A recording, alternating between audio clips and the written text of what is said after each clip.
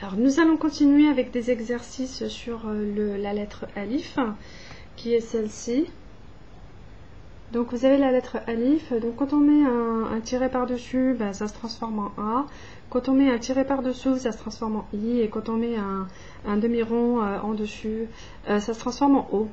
Donc voici différents mots que j'aimerais que vous écriviez en arabe pour pouvoir appliquer la leçon qu'on a vue antérieurement.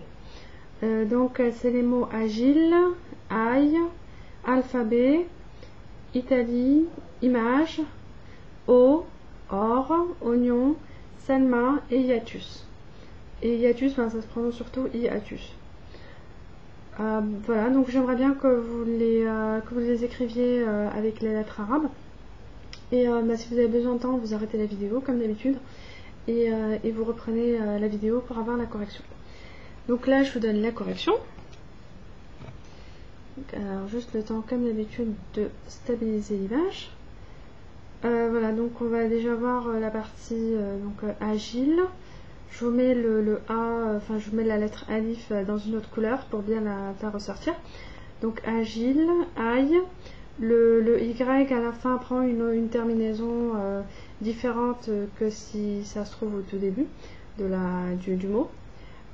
Alphabet, Italie, image, eau, or, oignon, salma, donc le A à la fin, ça s'écrit un peu comme ça, comme le Y de aille. Je sais pas si vous avez vu, c'est exactement le même, sauf que sur le A de Y, il a juste 2 points à la fin, 2 points en dessous. Donc salma, donc le A à la fin. Et vous avez tout en haut là, vous avez un peu les différentes terminaisons. Donc on a A au début, au milieu on a cette forme là et à la fin on a la forme un peu plus couchée.